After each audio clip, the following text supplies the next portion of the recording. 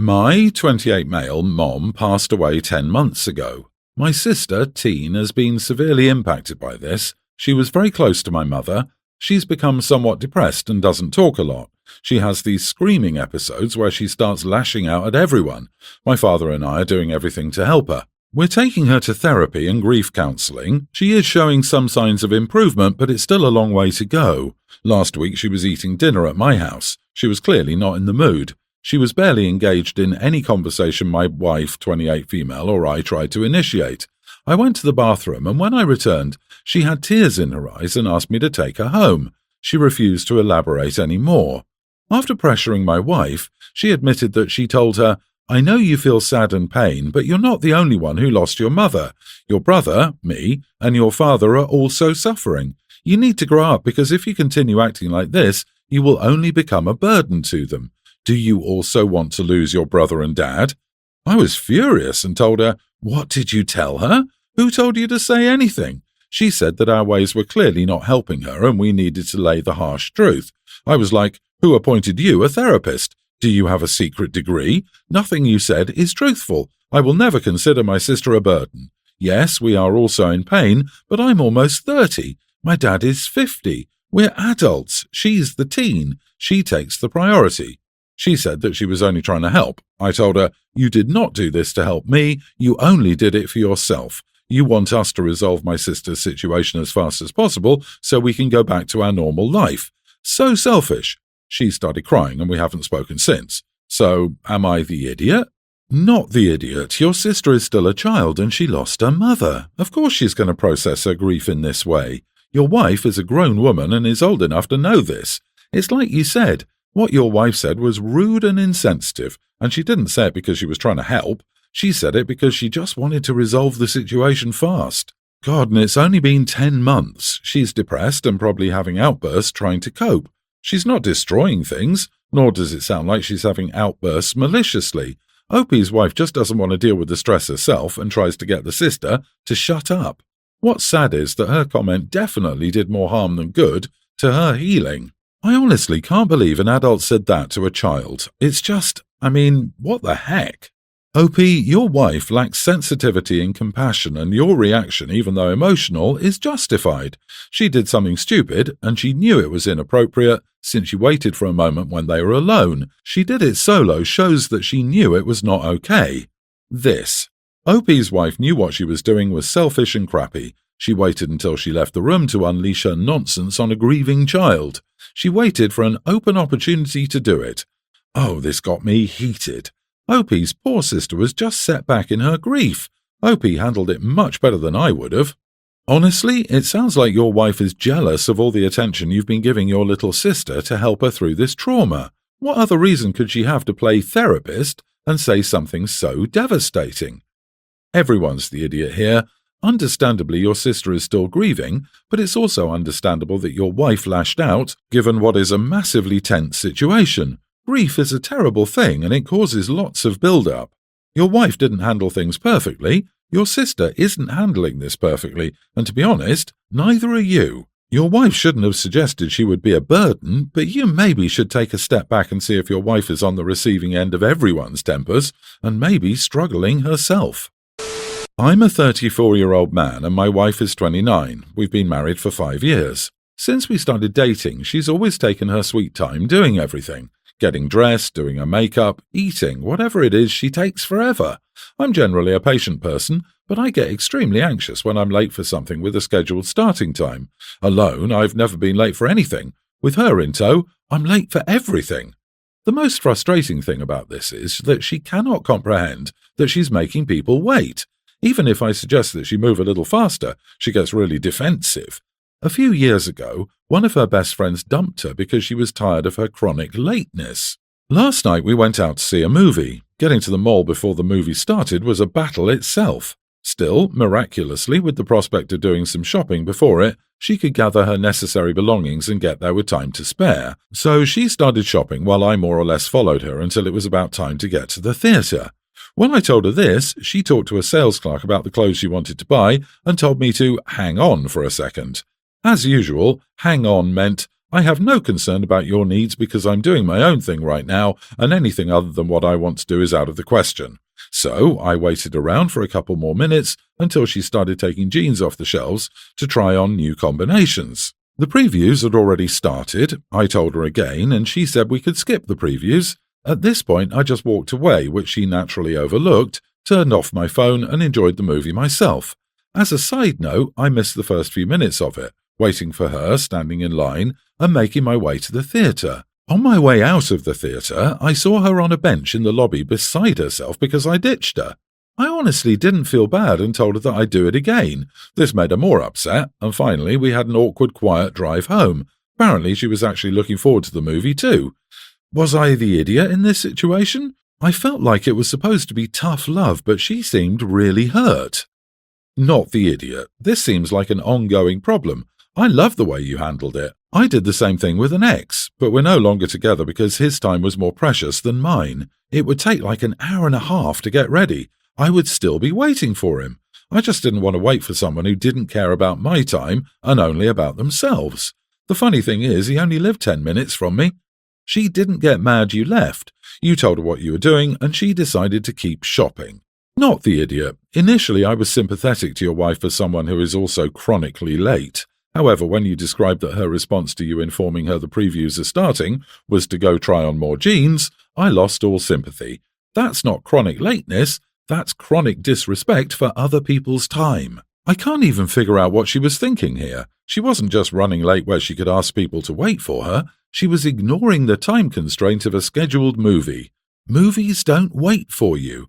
Opie said he even missed a few minutes. She couldn't possibly have been looking forward to the movie and go grab more jeans when she was told it was about to start.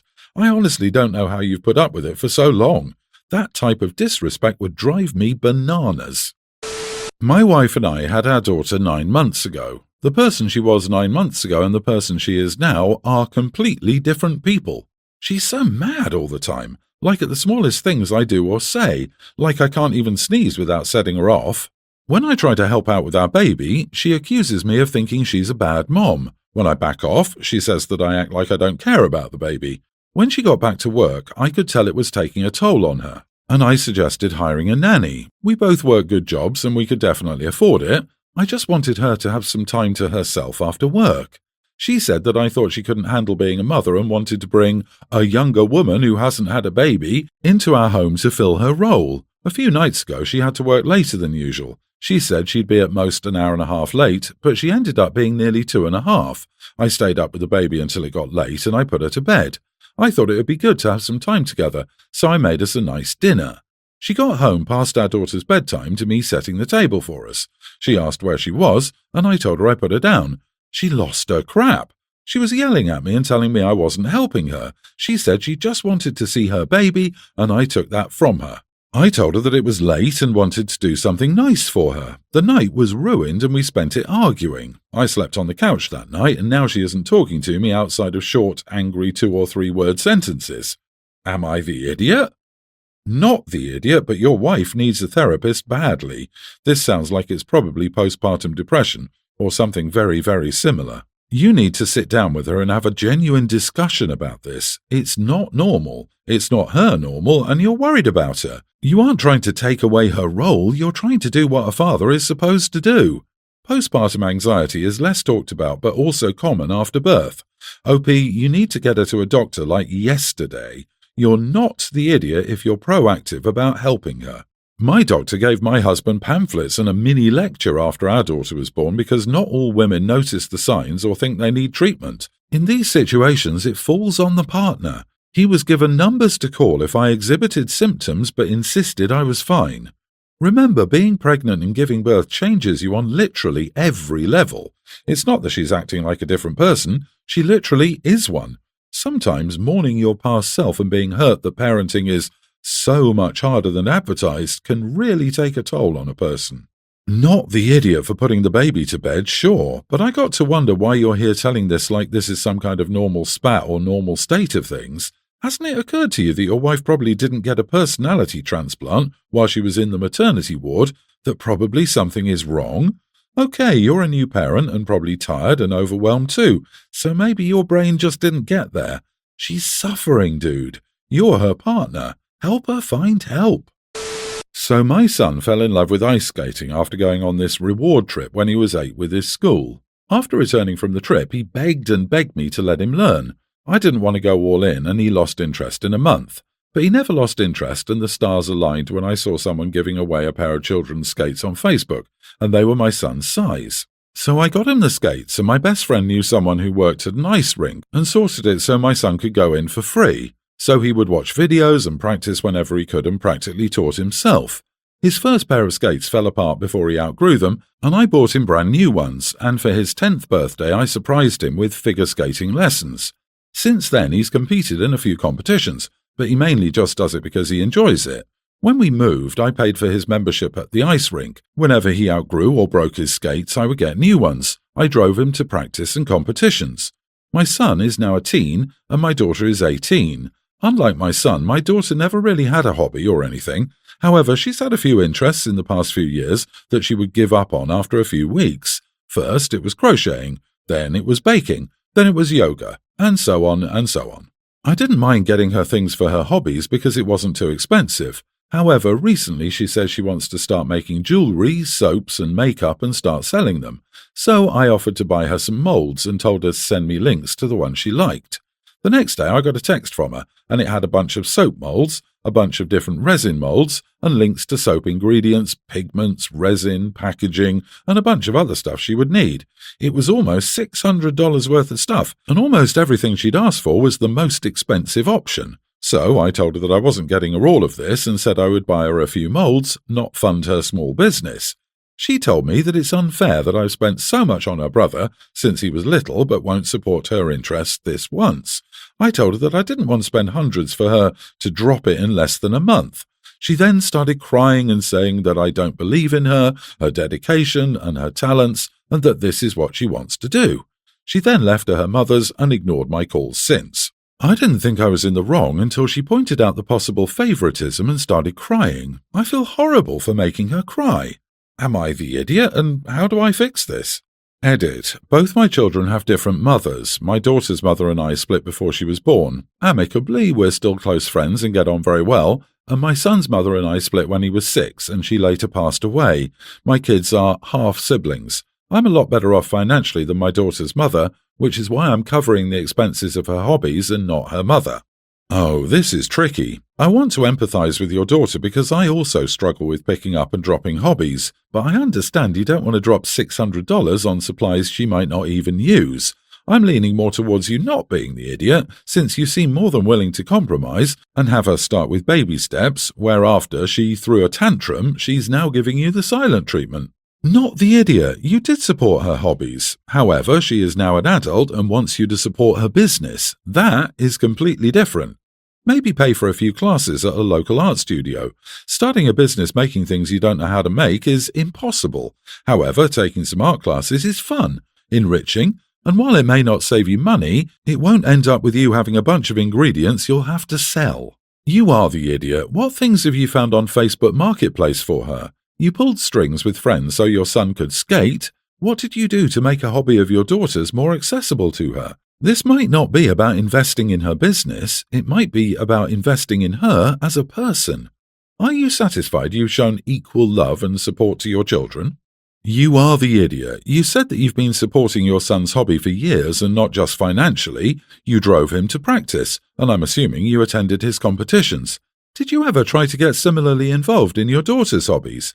Did you ask her to show you some yoga exercises or to crochet you something? Just because your son found a hobby he's passionate about early on, it doesn't mean that everyone is that lucky. I, 46 female, am married, 48 male, and have 2 kids, Nash, teen male, and Diana, young teen female. Unfortunately, opportunities are very low in our country's education, and chances of jobs are low because we basically have only a few colleges in our entire district, and everyone has basically the same abilities.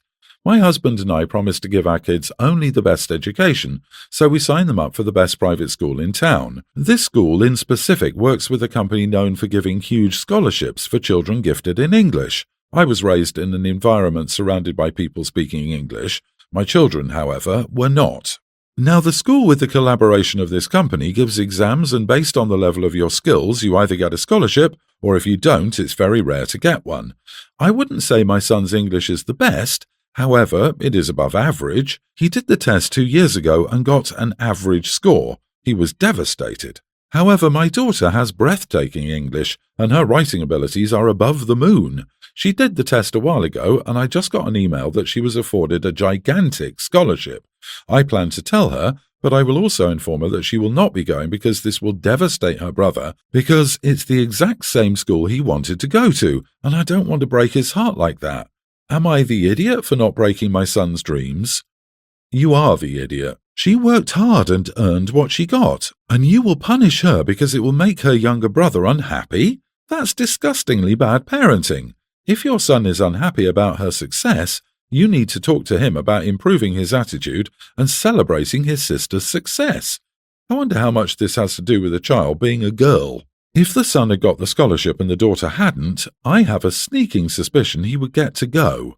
OP, your son will have to learn to deal with disappointment and jealousy in life, and you're not even giving him the chance to see how he'd react. Right? It's okay to devastate your daughter and steal this opportunity from her, but not okay to devastate your son? Did it ever occur to you that your son could be happy for her? Do you think so little of your son that you assume his disappointment will overshadow his pride in his sister? Do you think it's okay to limit your child's future? OP, you are the idiot.